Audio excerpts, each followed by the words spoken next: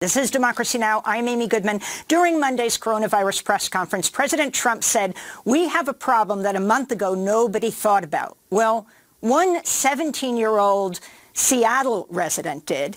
This is 17-year-old Avi Schiffman, who's been tracking coronavirus cases since December. His website, ncov2019.live. We spoke on Friday.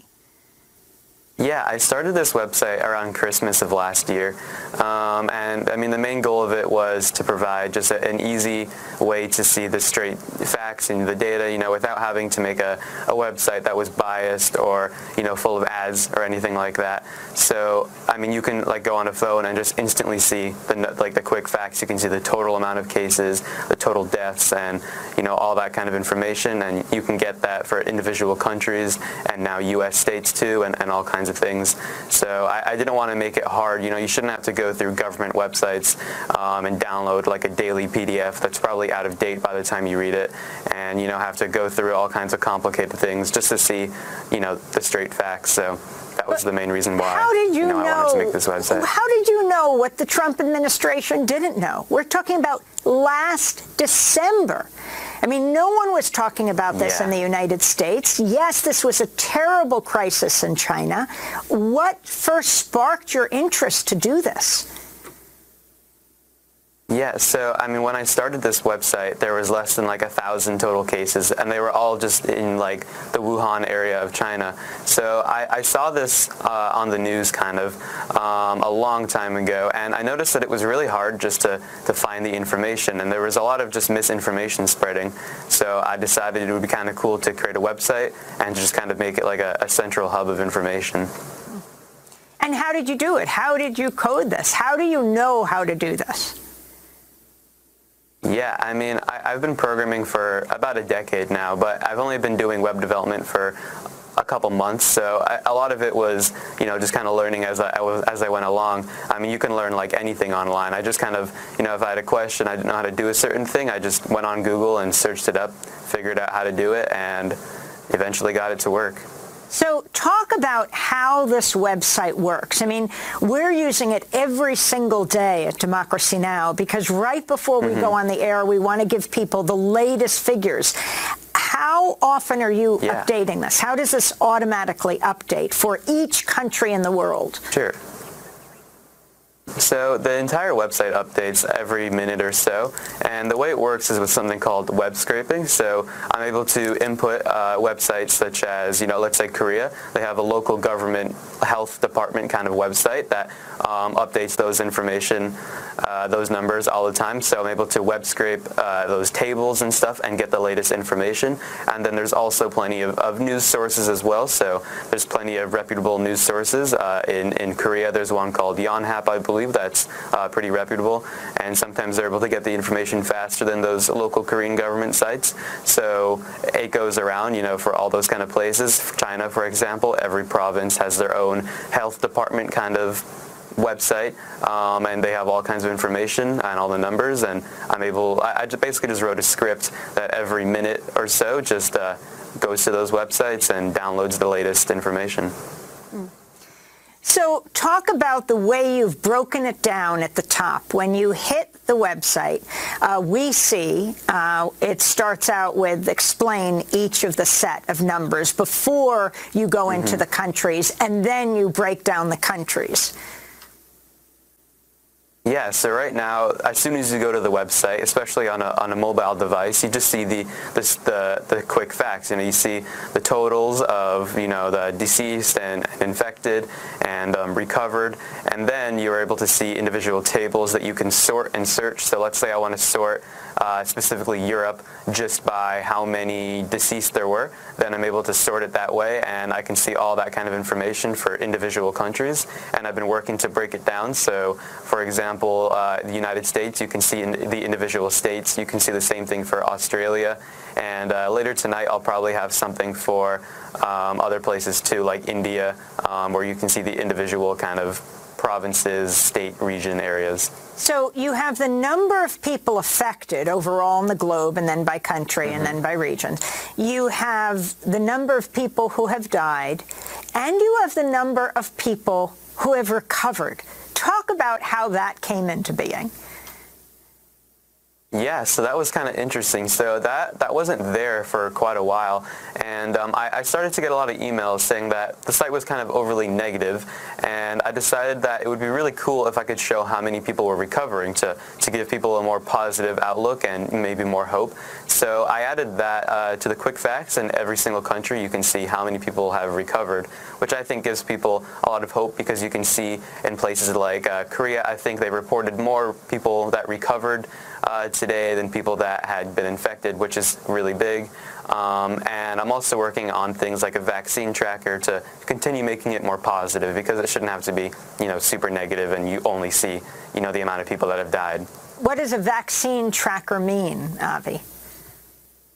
Yeah, so around the world there's, plenty of governments and private health kind of companies that are working on antiviral medications, and there are vaccine trials going on. So right now there is no cure, but plenty of people are working on some kind of preventative measures. So I thought it would be kind of interesting for people to kind of track that, I guess, track their progress and how far they are into these clinical trials, what stage they're in, and all that kind of cool stuff. So talk about who is watching this. I mean, we're talking about, are you at 12 million now? Right now I'm at about 35 million. Oh my God. You're at 35 million viewers, users of your website. The past 24 hours, the past 24 hours has been about 6.5 million visitors, so it's a lot of pressure. I mean, this is astounding. How many people outside the United States, inside? Where are most of the people viewing your website from? So what's really interesting is that only about 60% of my traffic is from the United States, which means that I'm able to see it breaking down per country. And actually, I get a lot of visitors from places like Taiwan, and United Kingdom and France, and a lot of places in Europe and Asia visit my website too. So that's why I'm also working on translations, because if you're in Taiwan, you might like to see the website in Chinese more than English. So I'm working on things like that too. And what have you been able to learn about the transmission of the disease of COVID-19 as a result of your tracking? Yeah, so one thing that's been really interesting to see is that you can see countries like Iran and South Korea, they used to have, pretty similar kind of case counts, but you'd see that Iran would have, 5 times more deaths, which is just insane. So I think it's really interesting that you're able to see the kind of difference in fatality rates depending on the country's healthcare system, and how they're dealing with it, transparency-wise.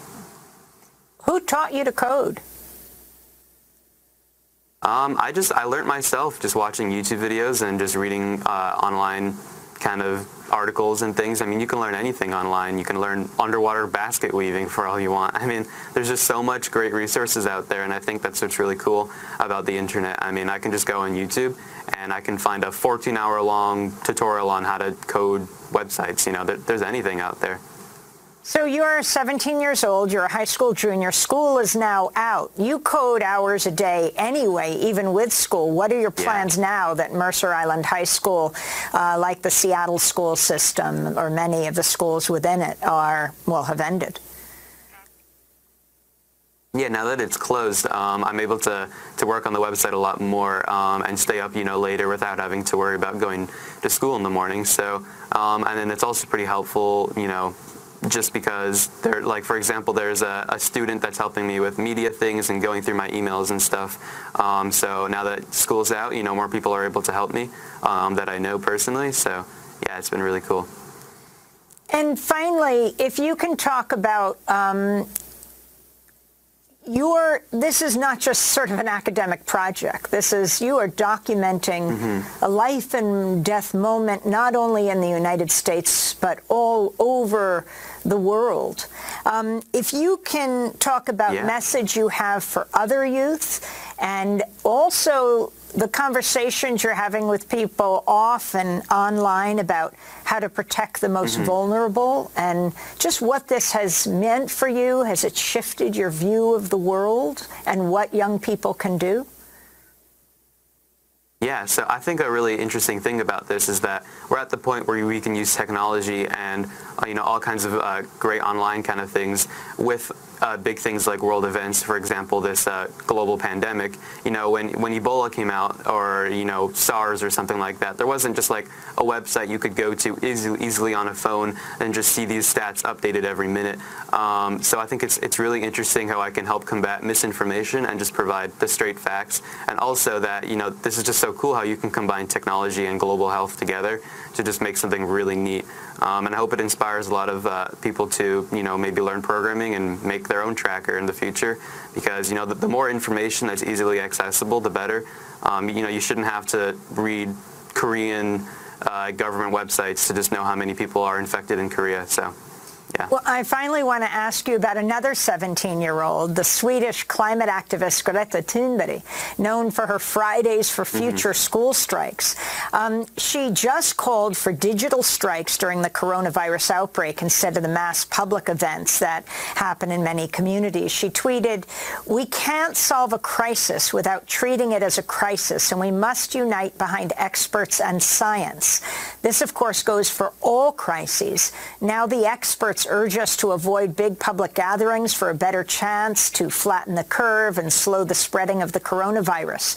We, the young people, are the least affected by this virus, but it's essential that we act in solidarity with the most vulnerable and that we act in the best interest of our common society.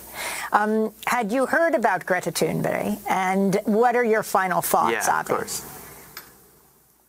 Yeah, I mean, I agree. It's definitely a big thing that we're able to use all these resources. As myself, I'm just 17, but it's really cool that I'm able to provide, for example, there's a wiki page on the site that has all kinds of information, what to do if you're infected, or, the symptoms and kind of things. And I think it's really cool that I'm able to put that information out there for the rest of the world and all kinds of adults. That way they can just, easily access it. Well, Avi Schiffman, I want to thank you for being with us. Avi is 17 years old, high school junior at Mercer Island High School, which has closed. It's right outside Seattle, Washington. He developed this most remarkable coronavirus tracker. And finally, Avi, when I was asking you how you pronounce the name of your website, you said you might be changing it. Tell us the website again and what you're thinking of changing it to, why you came up with that name. Sure. So right now the website domain is ncov2019.live, which is pretty hard to even say or remember. So I mean that used to be the unofficial name of the virus, but now that it's changed, I'd like to rename the website. I bought a domain called germtracker.com. That way it's so much easier to remember, and that way I can also use it in the future for more global pandemics. I mean, because there's only going to be another big thing a couple of years from now, and I'll be the first one to make a tracker for it. So. Well, I want to thank you so much, Avi. Again, all the very, very best to you, to your family, to the community, and thank you for helping the entire community, not only in this country, but around the world. Avi Schiffman, 17-year-old high school junior, speaking to us from Seattle, Washington. That does it for our show. Democracy Now! Is produced by a remarkable group of people. I want to thank Julie Crosby and Miriam Barnard. Democracy Now! Produced by Mike Burke, Renee Feltz, Dina Guzder, Nermeen Sheikh, Carla Wills, Tammy Warnoff, Libby Rainey, Sam